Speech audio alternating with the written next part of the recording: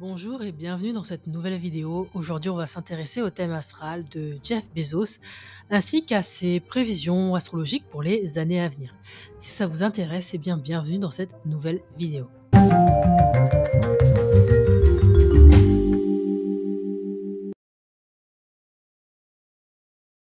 Alors, le thème que j'ai trouvé n'est pas très fiable en termes d'heure de naissance. Donc, moi, j'ai la version avec la domification que j'ai trouvée, et vous, je vous ai pas mis de domification parce que c'est pas très fiable. Mais dans ce que j'ai, il serait ascendant bélier. Alors, Jeff Bezos, c'est le fondateur d'Amazon et c'est une figure emblématique du monde des affaires, hein.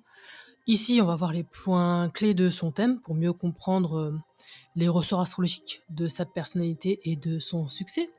Donc on va commencer avec cet ascendant qui est en bélier, vraisemblablement. Et cet ascendant en bélier, ça peut donner à Jeff Bezos une énergie dynamique et un esprit pionnier. Le bélier, c'est un signe de commencement, de défi, d'action rapide. Ce placement, ça suggère que la personne, elle n'a pas peur de prendre des risques et qu'elle n'hésite pas à agir avec audace pour atteindre ses objectifs. Ça peut se traduire par son approche révolutionnaire dans le e-commerce ou son envie de toujours être en avance sur son temps.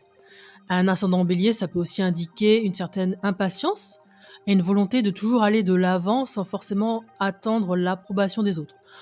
Il est possible que Bezos soit connu pour ses décisions tranchées, sa rapidité d'exécution et sa capacité à imposer un rythme effréné à son entreprise. S'il est bel et bien ascendant bélier, alors il a une conjonction de Jupiter à son ascendant. Jupiter, c'est la planète de l'expansion, de la chance. Et en bélier, c'est un positionnement qui peut conférer une confiance en soi naturelle, une capacité à voir grand et une ambition sans limite. Jupiter en maison 1, ça donne un charisme indéniable et une forme de protection. Ce placement renforce aussi son côté visionnaire, hein. Bezos ne s'est pas contenté de créer une librairie en ligne, il a toujours envisagé Amazon comme un empire global. Jupiter en bélier, ça peut donner une capacité d'initiative impressionnante, un goût pour les défis et une volonté d'innover constamment. S'il est bel et bien ascendant bélier, alors le maître de l'ascendant, c'est Mars, et Mars est en Capricorne dans sa maison 10. Le maître d'ascendant, ça joue un rôle clé dans la manière dont une personne exprime son identité et dirige son énergie. Avec un ascendant bélier, Jeff Bezos, c'est un leader naturel, audacieux, déterminé, et Mars, la planète maîtresse de son ascendant, elle est en Capricorne en maison 10, ce qui va venir renforcer son ambition et sa capacité à bâtir un empire avec patience et stratégie. Parce que Mars est exalté en Capricorne, ce qui signifie qu'il fonctionne ici avec une efficacité maximale. Ça peut donner une personnalité qui a de la force et de la discipline, une certaine résistance et ténacité, et qui a une ambition froide et stratégique. Ce placement, ça montre un esprit de conquête qui ne laisse rien au hasard et qui agit toujours avec une stratégie à long terme. La maison 10, c'est celle de la carrière, de la reconnaissance sociale, de la réputation. Un Mars qui est puissant dans cette maison, c'est l'indicateur d'une personne qui veut non seulement réussir, mais aussi dominer dans son domaine. Ce placement, ça peut donner un leadership naturel et incontesté, une carrière bâtie sur l'action et un rapport au pouvoir très marqué. Mars en maison 10 confirme que l'ambition de Jeff Bezos ne connaît pas de limite. Il veut être au sommet et met en place des stratégies ultra efficaces pour y parvenir. Ensuite, on a cette lune qui est alors soit en Sagittaire, soit en Capricorne. Moi, je vais considérer qu'elle est en Sagittaire, en maison 9. Donc la lune en Sagittaire en maison 9, ça montre une soif d'apprentissage, d'aventure et une vision du monde très large. La maison 9, c'est celle qui est liée au voyage, à la philosophie, à l'expansion de nos connaissances, à l'international et même, pourquoi pas, à l'univers. Ça reflète parfaitement le parcours de Bezos, qui a su anticiper les évolutions du commerce mondial et qui s'est toujours intéressé aux nouvelles technologies et aux innovations spatiales avec Blue Origin. Sur un plan émotionnel, ce placement, ça indique quelqu'un qui trouve du réconfort dans l'exploration et qui a besoin de viser plus haut. Ça peut lui donner une résilience impressionnante face aux échecs. Il peut rebondir en élargissant ses horizons et en s'adaptant rapidement aux nouvelles opportunités. On reste dans la zone avec le stellium en Capricorne en maison 10. Donc ça, c'est l'un des points les plus frappants de son thème. Surtout que ce stellium, il est dans la maison 10, la maison de la carrière, de la reconnaissance sociale, et il inclut Mercure rétrograde, qui peut nous indiquer qu'il a une forme de pensée stratégique, une capacité à revoir ses plans et une façon d'analyser les choses en profondeur avant d'agir. Ça peut aussi indiquer un entrepreneur qui réfléchit de manière non conventionnelle et qui ne suit pas forcément les chemins classiques. Dans ce stellium, on retrouve le nœud sud, qui nous parle d'une maîtrise innée du monde professionnel et des structures hiérarchiques, mais aussi un karma lié à la responsabilité et à la construction d'empires. Il y a le milieu du ciel aussi, donc qui nous parle d'un destin tourné vers la réussite publique et une reconnaissance mondiale dans son domaine. Le soleil qui nous parle d'une volonté de puissance et une identité fortement liée à la carrière. Bezos incarne son entreprise et son nom est synonyme de réussite entrepreneuriale, par exemple. Et on a bien entendu ce Mars dont on a déjà parlé, qui nous parle d'une détermination sans faille, d'une compétitivité extrême et d'une capacité à mener des batailles de manière stratégique. Mars en maison 10 en Capricorne donne un leadership rigoureux et une ambition structurée et calculée. Ce stellium en Capricorne, ça explique potentiellement pourquoi Bezos a su bâtir un empire solide de manière méthodique et en surmontant les obstacles avec persévérance et en structurant son empire sur le long terme. Le Capricorne, c'est un signe de grande construction, de discipline, de patience, et ça se reflète parfaitement dans la manière dont Amazon est devenu un géant mondial. Au sein de ce stellium, on a deux planètes en particulier qui sont plus proches que les autres, et moi je vais considérer qu'elles sont en conjonction. C'est ce Mercure rétrograde et cette Lune. Cette conjonction, elle met en évidence une interaction entre son intellect et ses aspirations. Mercure rétrograde en Capricorne en maison 10 nous parle d'une pensée méthodique tournée vers la structure, l'efficacité, l'optimisation. Mercure en Capricorne réfléchit de manière pragmatique, privilégiant la stratégie à long terme. Le fait qu'il soit en rétrograde, ça peut indiquer une manière de penser originale, hors des sentiers battus, une tendance à revoir constamment ses plans pour optimiser ses décisions. La Lune en Sagittaire en maison 9, elle nous parle d'un besoin d'exploration, d'aller toujours plus loin intellectuellement et physiquement, mais aussi d'une ouverture d'esprit qui favorise les grands projets internationaux ou même spatials. Ça reflète son intérêt pour la conquête de nouveaux marchés et son attrait pour l'espace avec Blue Origin. Et cette conjonction, ça indique une personnalité qui navigue entre ses ambitions et ses quêtes d'expansion. Ça marche dans les deux sens. Dans un sens, on a son intellect qui a pu nourrir son expansion à travers Amazon et Blue Origin, et de l'autre, son besoin d'expansion qui a pu lui donner les idées d'Amazon et de Blue Origin. D'ailleurs, je vous laisse deviner quel autre grand entrepreneur américain avait Mercure rétrograde dans son thème. Petit indice, lui aussi, il a d'une certaine façon eu une influence sur notre manière de communiquer. Je vous laisse participer en mettant votre réponse dans les commentaires ci-dessous et je vous donne la réponse à la fin de la vidéo. Allez, on continue la vidéo. Alors, pour moi, le milieu du ciel, il est en Capricorne, donc ça veut dire que le maître du milieu du ciel, c'est Saturne, qui se trouve en Verseau, dans sa maison 11 et en conjonction avec Vénus. Donc on a déjà un milieu du ciel en Capricorne qui nous parle d'ambition, de besoin de reconnaissance sociale, du besoin d'avoir des responsabilités. Et du coup, le maître de ce milieu du ciel, ça va être Saturne, qui est en Verseau en maison 11, et ça va apporter des indications sur la façon dont il bâtit son empire. Saturne en Verseau en maison 11, ça nous parle d'un leadership visionnaire axé sur l'innovation et la technologie. Saturne, c'est la planète des structures, et en Verseau, il favorise la construction d'un futur basé sur des idées avant-gardistes. Et si on prend du recul, Amazon a révolutionné le commerce en ligne grâce à une logistique ultra optimisée et un modèle technologique disruptif. La maison 11 étant liée au réseau et aux collaborations, ça montre aussi son habileté à s'entourer de personnes influentes et compétentes. On a Vénus qui est dans le mix, en conjonction à Saturne, ça nous parle d'une approche stratégique des alliances. Vénus en conjonction à Saturne suggère un sens des affaires aiguisé et une capacité à utiliser les relations, ou ses relations, pour structurer et stabiliser un projet. Cette combinaison, ça indique une approche pragmatique des finances et des partenariats. On peut dire que Bezos sait s'associer aux bonnes personnes au bon moment pour solidifier son empire. Ce placement, ça montre que son succès repose sur une vision futuriste et une capacité à fédérer des talents autour d'un projet défini. Il incarne ainsi l'entrepreneur qui révolutionne un secteur par une approche rationnelle et technologique. Si on veut s'intéresser Côté relationnel, parce que oui, ben, Vénus, c'est aussi le relationnel. Il se trouve que c'est aussi le maître de sa maison 7, il est bien ascendant Bélier. Donc au niveau de la vie amoureuse, il peut apprécier les gens qui sont plus âgés, plus matures, qui ont un statut, plus élevé, les gens qui sont fiables. Et comme là, on a quand même un Saturne uranien, ça peut aussi nous parler du fait qu'il peut aimer, des personnes au physique et au profil, atypique, des personnes uraniennes et peut-être qu'un jour, si on va, dans l'espace et qu'on trouve une forme de vie extraterrestre, peut-être que ça fera partie, de ce qu'il apprécie. Il y a ce côté, uranien, donc vraiment ce côté, différent. Vénus, c'est aussi les finances, donc là, ça nous parle du fait qu'il peut en effet gagner sa vie et s'établir en tant qu'autorité dans tous les milieux qui ont un lien avec le Verseau. Donc le Verseau, c'est les nouvelles technologies, c'est les médias, c'est en effet tout ce qui va être recherche pour aller de l'avant, tout ce qui est innovation. Donc là, en fait, il exprime son plein potentiel. Ensuite, on va regarder sa conjonction, générationnelle, Pluton-Uranus en Vierge. Donc c'est une conjonction typique de la génération qui a transformé le monde du travail et là, c'est particulièrement significatif dans son thème parce qu'elle tombe dans sa maison 6, la maison du travail, du quotidien, de l'optimisation, de la gestion des ressources. Pluton en Vierge en maison 6, ça nous parle d'un besoin profond de contrôle, de transformation dans le domaine du travail.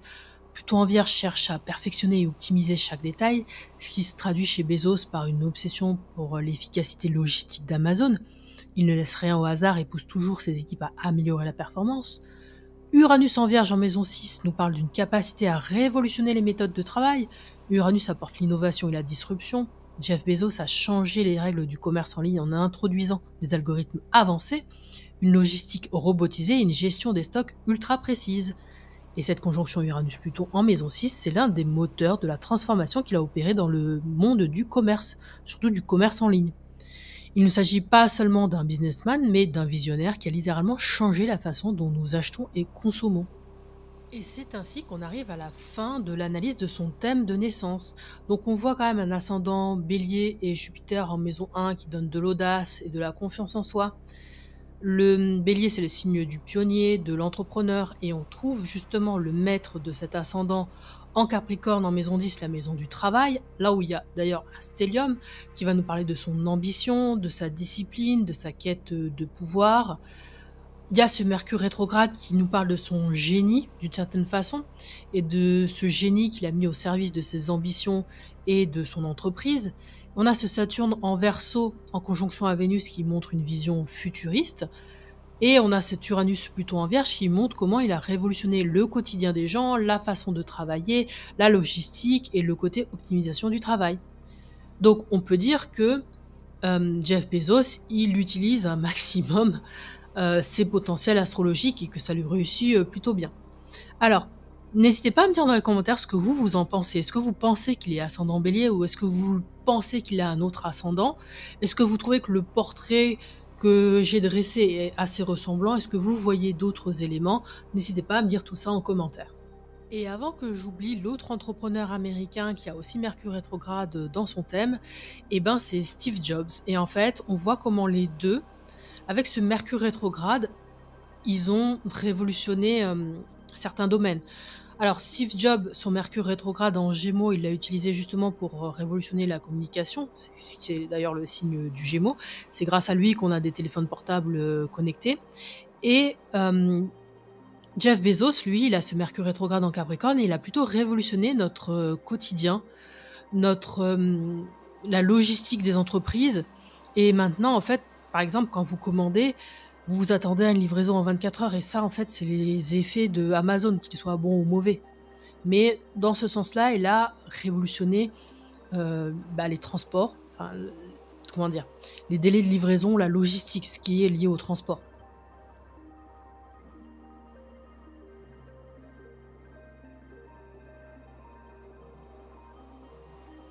Je vous propose de passer à sa révolution solaire. Alors, je tourne cette vidéo le 16 juin 2025. Le monsieur est né en janvier.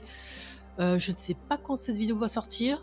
Donc, en fait, moi, j'ai regardé plutôt la révolution solaire 2026. Et on va se concentrer là-dessus. Vous savez quoi? Je suis en train de tourner cette vidéo juste après avoir fait celle sur, Elon Musk et en regardant mes notes, je me demande si les 2 ensemble, ça pourrait pas donner quelque chose d'assez, comment dire? Révolutionnaire. Et encore révolutionnaire, c'est même pas le mot. Je pense qu'ils pourraient aller au-delà de ce qu'on imagine parce qu'avec leur, côté, innovant et leur budget, je pense qu'ils pourraient faire énormément de choses et même si ça se voit pas au premier abord, je pense qu'ils se ressemblent beaucoup en matière, d'intellect. En matière d'intellect, par là, ce que je veux dire, c'est en termes de vision pour, le futur et en termes de là où ils ont envie d'aller. Alors peut-être qu'ils ont pas envie de le peut-être qu'ils le concrétisent pas de la même façon, mais je pense qu'ils ont beaucoup d'ambition et cette envie d'avoir un impact sur la communauté et sur le futur. Dites-moi en commentaire ce que vous en pensez. En attendant, on attaque avec la révolution solaire 2026. Donc une révolution solaire, c'est valable d'anniversaire à anniversaire. Donc là, on est sur du 2026, 2027, sachant que certains des aspects vont être en place et donc effectifs à l'été 2025. Alors, on commence avec cette emphase qu'on peut voir sur le Capricorne, parce qu'on a Mercure, Mars, le Soleil et Vénus qui transitent tous en Capricorne au moment de son anniversaire. Et ça va venir activer son stellium, natal en maison 10, bien évidemment. Donc on a un retour de Mars, sur son Mars natal. Donc c'est un moment d'affirmation de son leadership, d'action, menée avec détermination, d'énergie professionnelle accrue. Ça peut être un tournant stratégique important, surtout en lien avec son rôle public et ses responsabilités. On a Mercure sur Mercure, donc on peut avoir un retour sur des décisions ou des idées du passé. Il peut revoir une stratégie, un modèle économique ou relancer un projet mis en pause. On a Vénus qui transite le soleil natal, donc ça peut nous parler de consolidation d'alliances, de revalorisation de son image publique, de succès possible dans des domaines financiers, artistiques, relationnels, amoureux ou des domaines liés à la carrière. On a soleil sur soleil comme à chaque retour, comme à chaque révolution solaire et donc c'est un moment où l'énergie vitale est au maximum, on a un recentrage identitaire, il y a un fort accent sur, notre autorité, notre position sociale. Donc cette conjonction générale suggère une année marquante sur le plan professionnel, avec la possibilité d'un repositionnement stratégique ou d'une montée en puissance. Ensuite, comme pour tout le monde, il va avoir la conjonction Saturne-Neptune, en Bélier.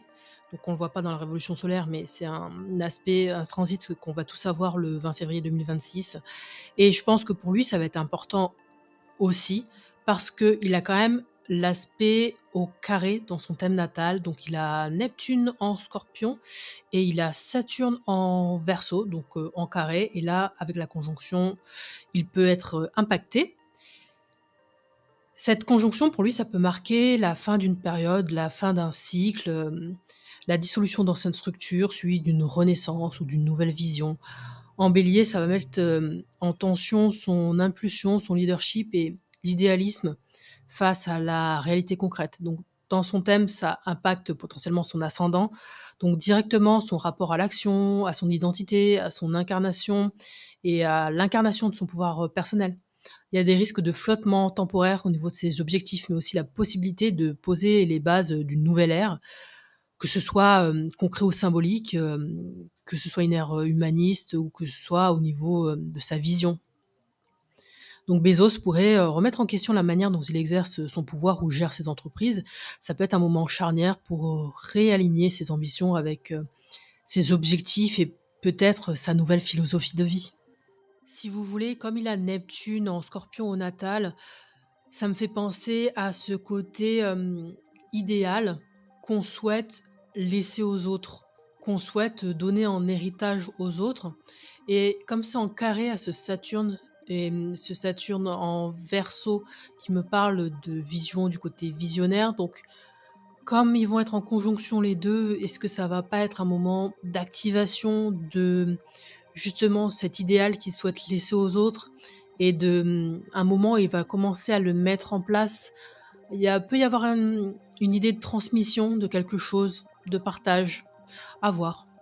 Un peu comme avec Musk, par exemple, avec ce carré, il peut y avoir cette idée qu'il a un idéal, il a une idée qu'il souhaiterait concrétiser et justement, en fait, il se frotte à la réalité et Peut-être qu'en fait, il a ces idées-là depuis très longtemps, mais à l'époque, il y avait pas les technologies, il y avait pas les connaissances pour, le mettre en place et que là, justement, c'est le moment et qu'il va le faire. Ensuite, alors, là, on est déjà dedans parce que Jupiter est rentré en Cancer au début du mois et on va voir que Jupiter va transiter son nœud nord en Cancer. Jupiter, c'est le maître, de l'expansion, des bénédictions. Ça va activer son nœud nord natal en Cancer, signe lié à la famille, aux racines, à la protection. Ça peut nous parler d'une opportunité karmique en lien avec des valeurs personnelles, des enjeux de transmission ou même des questions patrimoniales. Ça peut nous parler d'une possible croissance de ses projets familiaux, environnementaux ou de protection. Je crois qu'il va se marier d'ailleurs, donc ça peut être pertinent. Avec Jupiter en transit en Cancer, on peut aussi imaginer une idée d'expansion à l'international, voire au niveau spatial. Parce que le Cancer, c'est la maison. Jupiter gouverne tout ce qui va être Sagittaire et Poisson, qui sont l'idée d'aller ailleurs, l'idée de voyager, que ce soit physiquement ou spirituellement.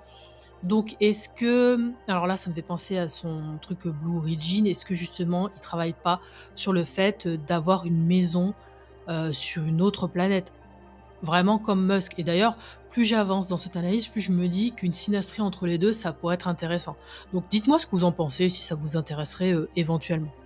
Mais donc si j'en reviens à ce transit de Jupiter sur son nœud nord, ça me parle aussi de d'un moment d'alignement avec sa mission de vie. Donc peut-être que sa mission de vie, c'est justement, comme Musk d'une certaine façon, innover pour le bien-être de la population, innover pour nous emmener ailleurs, pour justement le futur de la vie humaine en tant que telle.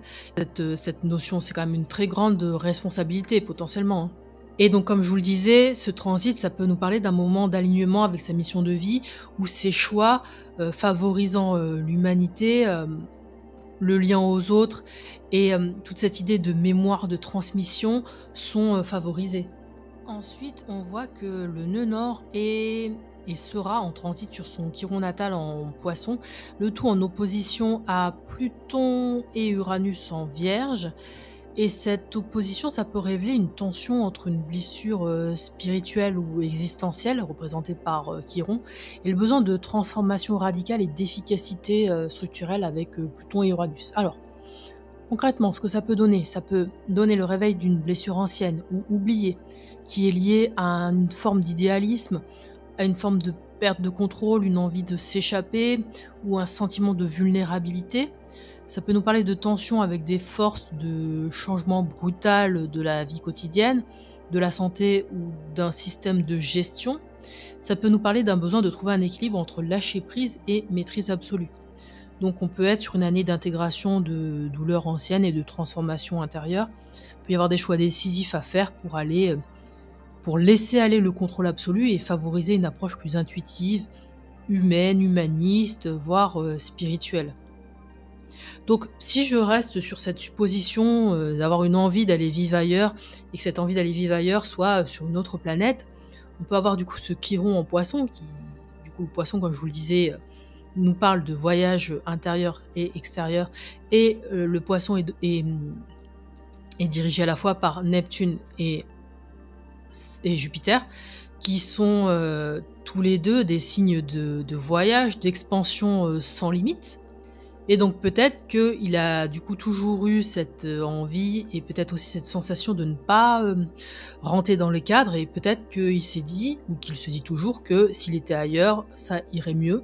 Et donc là, avec ce transit, des nœuds, ça peut nous parler d'un travail justement sur tout ce côté, spatial, ce côté aller vivre ailleurs et comment structurer ça. Donc faire de son projet Blue Origin une espèce d'Amazon, c'est-à-dire, optimiser les process pour que, bah, on puisse, pourquoi pas, aller, dans l'espace ou faire des voyages dans l'espace, comme on va acheter une baguette de pain, si vous voulez. Ou même si on reste sur cette hypothèse, peut-être que son idée, c'est aussi faire en sorte que les gens puissent aller vivre n'importe où, que ce soit sur Terre ou sur d'autres planètes. Mais là, on est vraiment dans un scénario de science-fiction et ça peut paraître, complètement, irrationnel de le dire, mais je pense que en fait, ça peut arriver assez rapidement et même peut-être plus rapidement que ce qu'on peut penser. Sinon, si on veut un scénario qui soit un peu plus rationnel, on peut juste imaginer que l'année prochaine, il va changer de cadre, déménager. Après, c'est sûr que dit comme ça, c'est moins fun que de se dire, «On va aller vivre sur notre planète». Et ensuite, je vais terminer sur ce retour de Lilith en Scorpion. Donc ce retour de Lilith, il aura lieu un peu avant 2026, hein, parce que quand même, elle est censée être en Scorpion. Donc Lilith, ça évoque, le désir de contrôle, les pulsions, la confrontation avec le pouvoir, le secret ou même l'intimité.